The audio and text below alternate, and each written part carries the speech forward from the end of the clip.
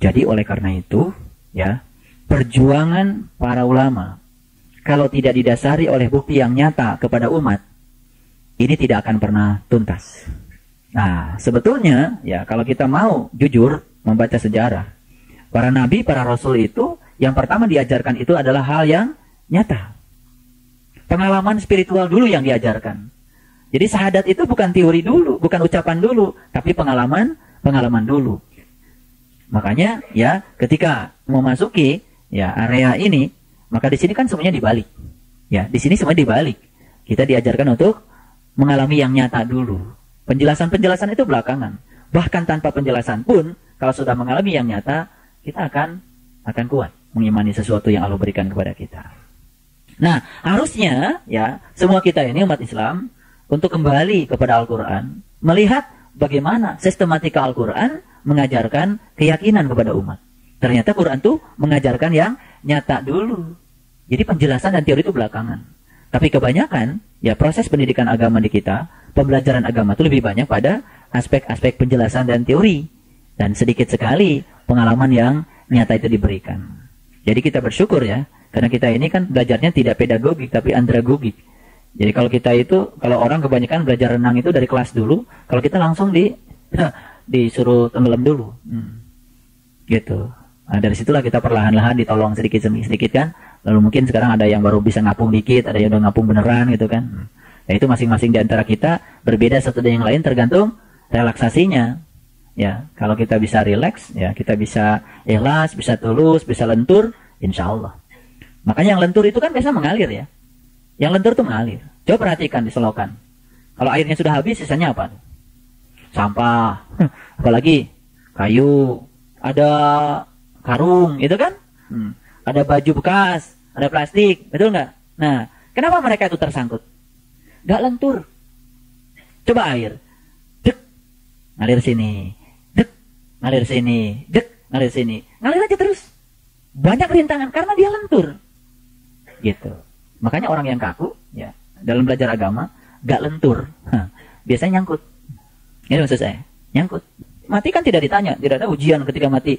Muhammad kata malaikat, sampean tuh pakar apa? Nggak penting bagi malaikat. Pertanyaan mati cuma satu, man robuka. Mau belajar fikih, belajar apa, ujungnya itu harus sampai pada Allah. Nah, ada yang nyangkut di ikro. Pokoknya udah bisa an, in, un, ban, bin, bun, selesai gitu. Ya satu huruf saja kebaikannya banyak kan gitu. Cari-cari alasan. Betul? Nyangkut gitu. Nah, sekarang udah mulai lentur sedikit, ngalir. Mulai kita bisa menjadikan setiap orang guru kita kan? Orang yang baik guru kita, orang yang buruk juga guru kita. Mulai lentur. Ya, peristiwa yang menyenangkan guru kita, peristiwa yang menyakitkan guru kita. Mulai lentur. Dulu kita pengennya yang senang terus, begitu dia yang sakit menolak, gak lentur. Nah, jadi sebetulnya pengajian yang kita bina ini sebetulnya tujuan utamanya itu membuat kita menjadi lentur. Iya, dulu gampang sekali kan kita menghukumi orang lain. Sekarang sudah mulai lentur. Yalah, gak usah ngurusi orang, urusi aja diri kita. Udah mulai lentur, ya kan? Nah, semakin lentur kita semakin mengalir. Makanya kalau lentur itu tidak akan tersangkut, ya. Jadi kalau ada kayu tersangkut, kayu kaku, ya kan? Coba, mohon maaf, ngajak orang yang kaku dalam beragama untuk belajar ilmu ini. Berat katanya tuh kan, berat. Udah pidato banyak-banyak gitu, kamu ikut coba. Kesel lagi kita. Kalau masih ada kesel pidato itu juga kita belum lentur. Jadi kita masih ada dalam kegelapan. Kalau sudah ceramah, wa ma alaina illal balagul mubin. Kita sudah menyampaikannya, sudah, nggak usah dipikirkan. Lentur saja. Ya. Jadi itu urusan sendiri-sendiri, ya. Nah, makanya kita harus lenturkan diri kita. Nah, ciri orang yang sudah lentur itu ditandai dengan kebijaksanaannya, kearifannya. Betul nggak? Coba berhadapan dengan yang tidak bijaksana. Berat. Betul nggak? Mau ngomong gitu salah, nggak ngomong salah, gitu kan? Nah itu. Tapi kalau kita berhadapan dengan orang yang lentur, yang bijak, penuh dengan kearifan, kita mulai udah bisa terbuka bicara tanpa beban. Betul? Iya. Makanya kita kan kalau punya sahabat, kaku sekali. Susah kan mau bicara? Karena komunikasi itu tidak pernah jalan kalau kita tidak lentur. Nah, jadi sebetulnya ini soal lentur ini penting. Karena ternyata air itu karena lentur menjadi kuat. Jadi jangan dikira kekuatan gedungnya terletak pada besi. Tidak. Besi itu kaku. Bukan terletak pada kayu, bukan terletak pada semen, bukan terletak pada batu, bukan pada pasir. Semua keras dan kaku. Dan semua yang keras-keras itu disatukan oleh yang lentur yang bernama air. Lentur itu kuat. Jadi kalau yang lentur itu coba bola, tendang sana, tendang sini, ya tetap aja. Coba batu ditendang. Gak lentur, iya kan? Nah, gitu. Kalau mau nendang yang gak lentur itu sakit. Nah, tugas kita itu adalah menjadikan kita bernilai bagi orang lain. Orang lain itu merasakan pencerahan dari kita tapi tak tersentuh, tidak merasa dipojokkan. Nah itu syaratnya harus lentur dulu. Jadi makanya kita pun dulu kalau diajak secara tidak bijaksana kan nolak. Betul enggak? Nah inilah pentingnya. Maka saya ingin memberikan 10 tips supaya kita menjadi orang-orang yang lentur. 1. Kita harus belajar mengosongkan gelas kita. Dari apa sih? Dari segala kepentingan-kepentingan pribadi kita. Jadi, gelas kita harus kosong. Biarkan yang mengisi gelas kita adalah Allah saja. Sebetulnya, ketika kita mencoba memasukkan kepentingan-kepentingan kita di dalam gelas kita jadi keruh. Makanya, kita harus selalu kosong dari segala perkara-perkara selain Allah. Makanya ketika kita kosongkan dari segala kepentingan-kepentingan duniawi kita semata-mata karena Allah, di situ kita akan menjadi sangat amat lentur. Mohon maaf ya, rasakan dan nyatakan pengalaman ini dalam pengalaman hidup kita. Yang membuat semua menjadi kaku karena ada pengalaman dan gelas kita menjadi penuh dengan muatan-muatan dari diri kita. Sekarang kosongkan semuanya, biarkan Allah saja. Allah saja. Yang kedua, supaya kita lentur, jangan pernah manja pada selain Allah. Ngerti maksudnya? Iya. Kalau mau curhat sama Allah sajalah. Jangan curhat pada yang lain-lain. Jadi kaku. Ngerti maksud saya? Jadi kalau kita mau manja saja sama Allah. Jangan manja sama yang lain-lain lah. Manja sama atasan kita. Mohon maaf, manja sama pasangan kita. Manja pada kekuatan-kekuatan di luar Allah, itu akan membuat kita menjadi kaku. Maka kita harus lenturkan kita dengan cara apa? Dengan cara yang kedua, yaitu kita hanya boleh manja kepada Allah saja. Caranya, kirim-kirim Al-Fatihah, ya, salat syukur wudu, tobat, hajat, kirim Al-Fatihah pada Rasul, guru, ibu bapak kita, saudara-saudara sudah lakukan 17 kali. Sudah lentur. Sudah, nggak usah dikatakan. Allah udah bilang di Quran, apa yang kau katakan, yang kau sembunyikan aku tahu. Lillahi ma fis samawati wa ma fil ar wa in tubdu ma fi anfusikum aw tukhfuhu yuhasibkum bihillah. Sudah cukup gitu. Pokoknya jalani yang tulus, yang ikhlas, gosongkan gelas kita akan diisi sepenuhnya oleh Allah. Begitu diisi sepenuhnya oleh Allah, perasaan yang paling dasar yang kita rasakan apa? Kita merasa cukup dengan dia saja. Yang lain tidak mengganggu kita. Tubuh kita boleh bergerak kemana-mana, tapi jiwa kita tetap hukuk bersama dengan Allah di padang Arafah yang sesungguhnya. Tetap diam bersama dia. Sudah. Itu cara manja pada Allah, ya begitu ya. Jangan seperti manja pada manusia. Banyak basa-basinya. Udah ngomong banyak gak dikasih lagi. Kalau sama Allah udahlah gitu. Ya Allah. Terus terang aja, makin kesini kita makin belajar ilmu ini ya, kita tuh makin gak berani rasanya minta sama Allah. Karena apa? Lah belum diminta saja Allah sudah tahu kebutuhan kita. Kebutuhan kamu ini, tahu Allah. Subhanallah. Sudah, tugas kita melayani dia saja. Maka dia akan melayani kita. Awalilah hidup kita dengan bersuci. Sucikan pikiran kita. Sucikan batin kita. Sucikan mata kita, telinga kita, harta kita. Sucikanlah semua. Kalau kau sungguh-sungguh ingin bersuci. Setelah itu apa? Bismillahirrahmanirrahim. Ketemukanlah dulu di dalam dirimu yang bernama Baitullah. Kalau kau nggak tahu, tanya Sin. Agar engkau ketemu dengan Mim. Maka engkau akan makrifat kepada Allah Ar-Rahman Ar-Rahim. Bismillahirrahmanirrahim itu adalah metode untuk kita masuk ke dalam diri kita. Lalu, kalau sudah tahu, masuklah ke dalam. Katakan padanya, Ihdinas syiratal mustaqim. Tunjuki aku ke jalan yang lurus. Jalannya orang-orang yang telah engkau beri nikmat. Jalannya para nabi, para siddiqin, para syuhada, dan orang-orang yang soleh. Jangan kau biarkan aku menjadi orang yang kau murkai.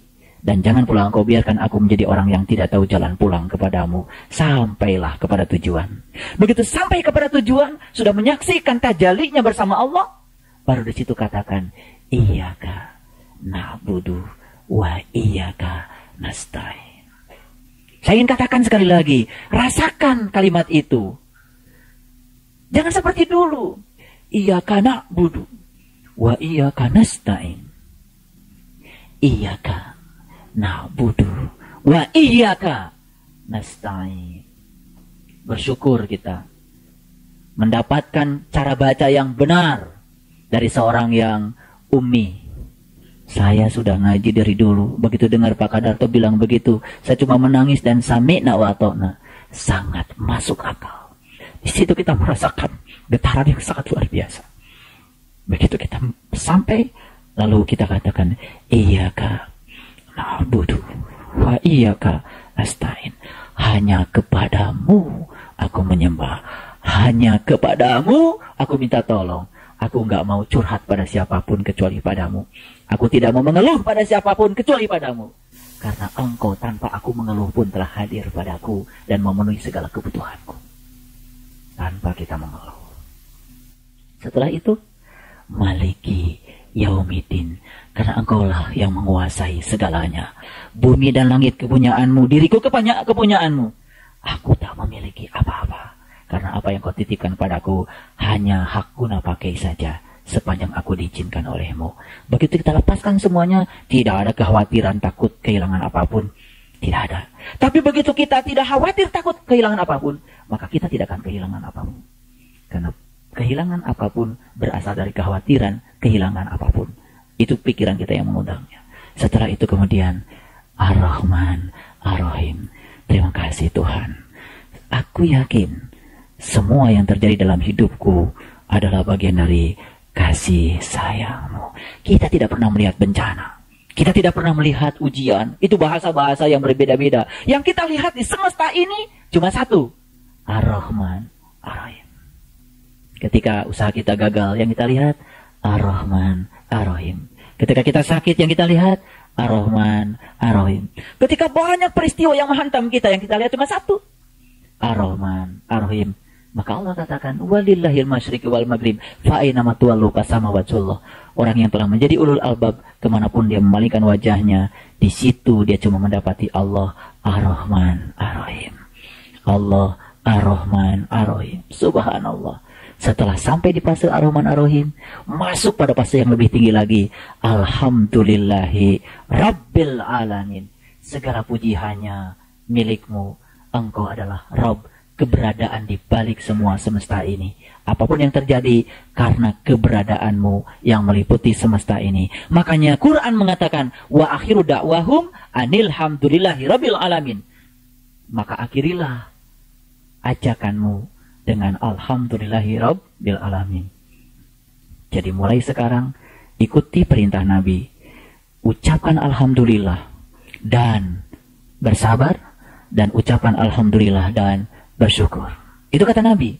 Ketika engkau mendapatkan yang tidak engkau inginkan, tetap harus mengucapkan alhamdulillah dan bersabar. Dan ketika engkau mendapatkan yang tidak engkau inginkan, tetap ucapkan alhamdulillah dan bersyukur. Jadi ketika kita sakit, alhamdulillah. Ketika kita sehat, alhamdulillah. Semuanya alhamdulillah. Kalau sudah alhamdulillah, yakin ketika tidak diterima di sini, pasti ada yang lain. Itu alhamdulillah itu akhirnya, alhamdulillah itu awalnya cuma ucapan. Akhirnya ucapan itu akan tenggelam dengan sendirinya. Yang ada adalah tindakan dan perbuatan dari alhamdulillah itu sendiri. Itu puncaknya doa. Oke, keluar dari sini. Saya ingin semua kita tetap mengucapkan alhamdulillah. Alhamdulillah ya Allah, saya sakit perut. Betapa nikmatnya sehat perut, tapi selama ini saya sia-siakan. Ya alhamdulillah, nih ada tikus. Saya jadi bangun. Ini mungkin cara engkau untuk membangunkan aku. Terima kasih ya Allah. Jadi mulai sekarang, dalam situasi apapun, alhamdulillah. Pak, bukannya kalau ada musibah, innalillah. Memang semuanya dari Allah, kembali kepada Allah. Jadi bagi kita, alhamdulillah, innalillah, sama saja. Karena kata-kata itu kan hilang semuanya. Yang ada adalah wajah Allah. Paham? Nah, jadi wajah Allah di mana-mana. Kalau sudah begitu, mulailah kita bisa merasakan hidup ini sebagai sesuatu yang indah. Yang ketiga, upayakan pikiran kita selalu positif. Mungkin bosan dengerin saya ngomong seperti ini. Saya paling juga cuma bilang, alhamdulillah kalau bosan.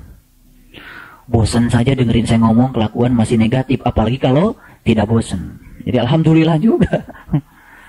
Kan kadang-kadang kita suka dibalik-balik kan pikirannya. Ngapain lu sholat? Sholat aja kelakuan kayak gitu. Harusnya, kalau pikirannya positif, sholat saja. Kelakuannya kayak gitu. Gimana gak sholat? Jadi positif saja, ya. Semua dibikin positif saja. Karena kita menjadi lentur. Begitu kita negatif, berat kita. Beban kita jadi amat sangat berat. Jadi sebetulnya beratnya diri kita, beratnya pikiran kita. Karena kita kaku, nggak lentur. Coba rasakan dengan yang 3 saja. Sudah terasa lentur? Ya, keluar dari sini tambah lentur. Nah, lenturnya ntar dibanting-banting ke sana kemari. Lentur banget ntar. Ya, pokoknya upayakan selalu berpikir positif. Racun-racun yang kemudian membuat kita menjadi pikiran negatif, buru-buru diusir. Makanya saya kasih yang istimewa juga. Biar pulang dari sini udah lentur semua. Ya. Jadi kita harus bisa senyum dalam segala situasi. Ya, nggak usah nyusah-nyusahin diri sendiri. Yang keempat, kalau tadi pikiran. Yang keempat, selalu upayakan bicara hal-hal yang positif. Kalau kita membiarkan kita berbicara hal-hal yang negatif, sebetulnya itu adalah awal di mana kita akan terjebak pada kekakuan. Nyangkut kita di situ. Spiritual kita akan nyangkut.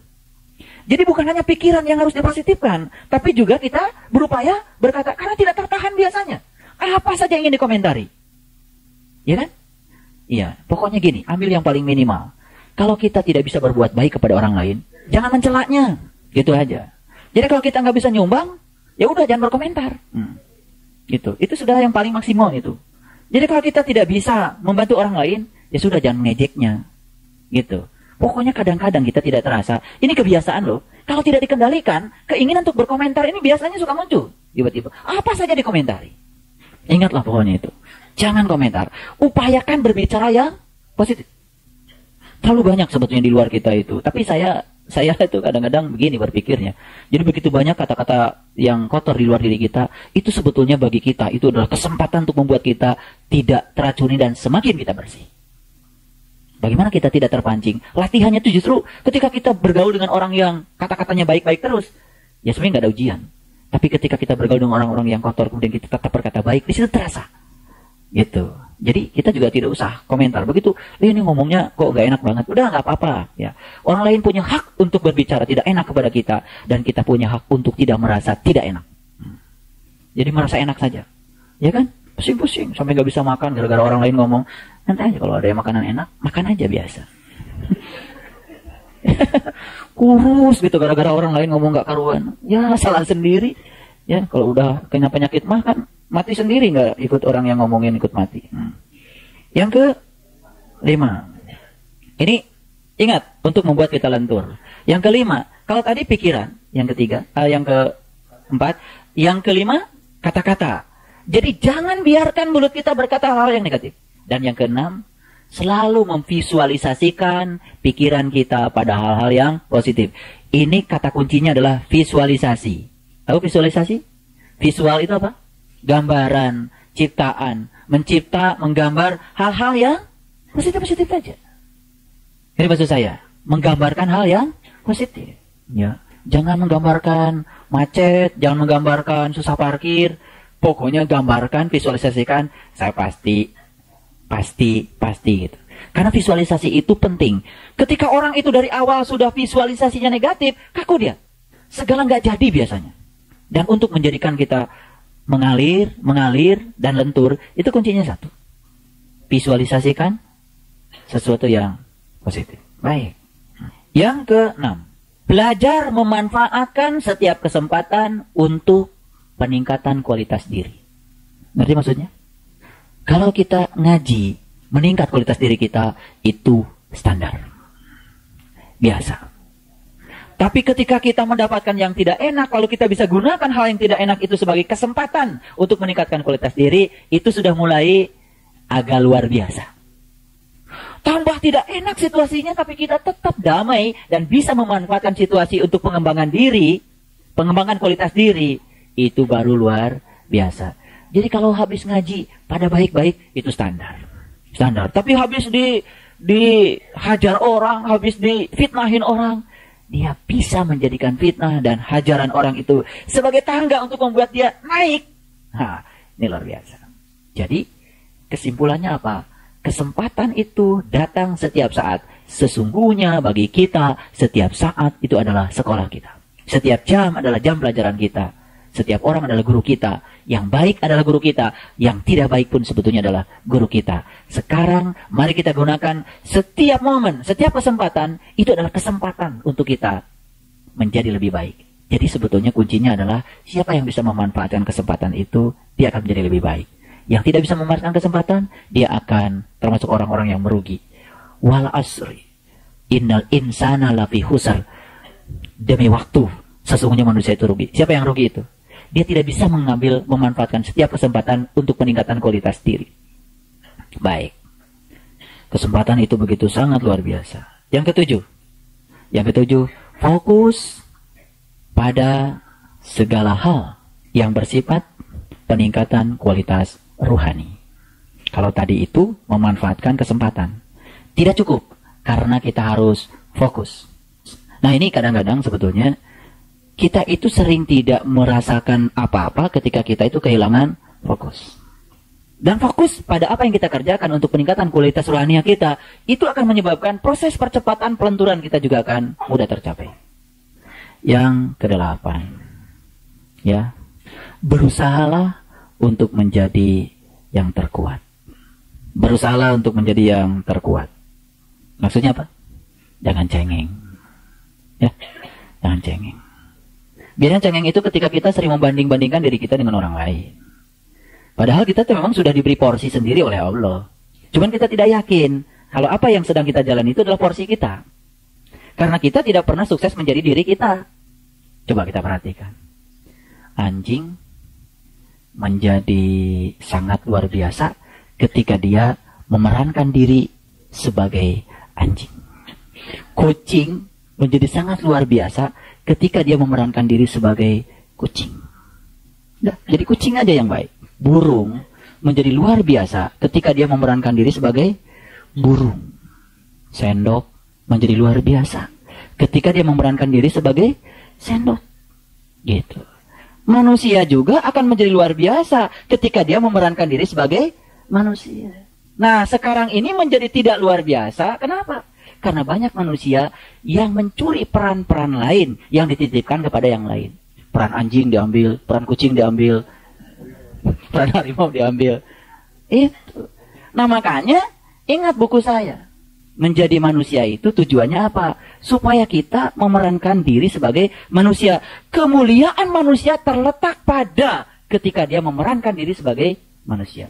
Matahari akan menjadi mulia ketika dia memerankan diri sebagai matahari. Itulah tasbihnya matahari kepada Allah. Bulan menjadi bulan ketika dia memerankan diri sebagai bulan. Itulah tasbihnya bulan kepada Allah. Jadi semua bertasbih begitu luar biasa kepada Allah.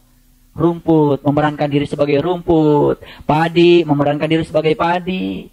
Jagung memerankan diri sebagai jagung. Semua menjadi mulia. Masa kita kalah lebih mulia daripada mereka yang memerankan dirinya sesuai dengan perannya? Sekarang ini manusia banyak yang tidak memerankan diri sebagai manusia. Arti maksud saya? Ya, kita sering berperan sebagai singa. Ngaku. Ya. Monyet. Luar biasa. Luar biasa. Monyet suka nyuri pisang. Suka cari kutu. Oh iya, cari kutu. Penting juga itu. Cari kutu. Baik, yang ke-9. Kesombongan adalah awal kehancuran. Orang yang ingin dipuji-puji, ingin disanjung-sanjung, lentur atau kaku. Kalau bergaul dengan orang yang seperti itu, rasanya berat gitu. Mau muji, berat. Nggak dipuji, dia yang berat. Itu kan? Mau nyanjung, ya nggak ada yang perlu disanjung sih sama dia, gitu kan? Biasa-biasa aja. Tapi nggak disanjung, kasihan dia, gitu kan? Gitu. Berat gitu. Nah makanya sesungguhnya ya, ketika seseorang itu ya masih ya sering menyombongkan kesombongannya atau menyombongkan ketidaksombongannya, itu juga suatu kesombongan. Ketika dia masih didominasi oleh itu, dia menjadi hancur karena kaku. Yang kaku betul nggak mudah hancur.